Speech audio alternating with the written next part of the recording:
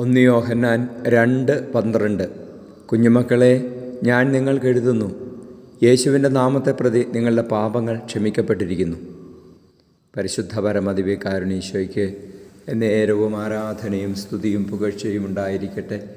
ഈശോയെ, ഞങ്ങളിങ്ങേ സ്തുതിക്കുന്നു, ആരാധിക്കുന്നു, ദിവസത്തെ ഓർത്ത് നന്ദി പറയുന്നു. ഈശോയെ, അങ്ങയുടെ നാമത്തെ പ്രതി ഞങ്ങളുടെ പാപങ്ങൾ ക്ഷമിക്കുമെന്ന് അങ്ങയുടെ സ്നേഹത്തെ ഓർത്ത് നന്ദി പറയുന്നു.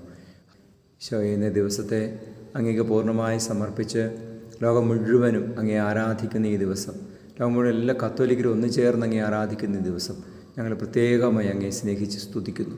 ഈശോയെ, ഞങ്ങളെ കാത്ത് സംരക്ഷിക്കണമേ. ദുഷ്ടൻ്റെ കണിയിൽ നിന്നും പാപത്തിൻ്റെ പ്രലോഭനങ്ങളിൽ നിന്നും ഞങ്ങളെ സംരക്ഷിക്കണമേ. Hallelujah, hallelujah. നമ്മുടെ കർത്താവ് യേശു മിശിഹായുടെ കൃപയും പിതാവായ ദൈവത്തിൻ്റെ സ്നേഹവും പരിശുദ്ധാത്മാവിൻ്റെ സഹവാസവും നിങ്ങളോടുകൂടി ഉണ്ടായിരിക്കട്ടെ, ഇപ്പോഴും എപ്പോഴും എന്നേക്കും. ആമേൻ.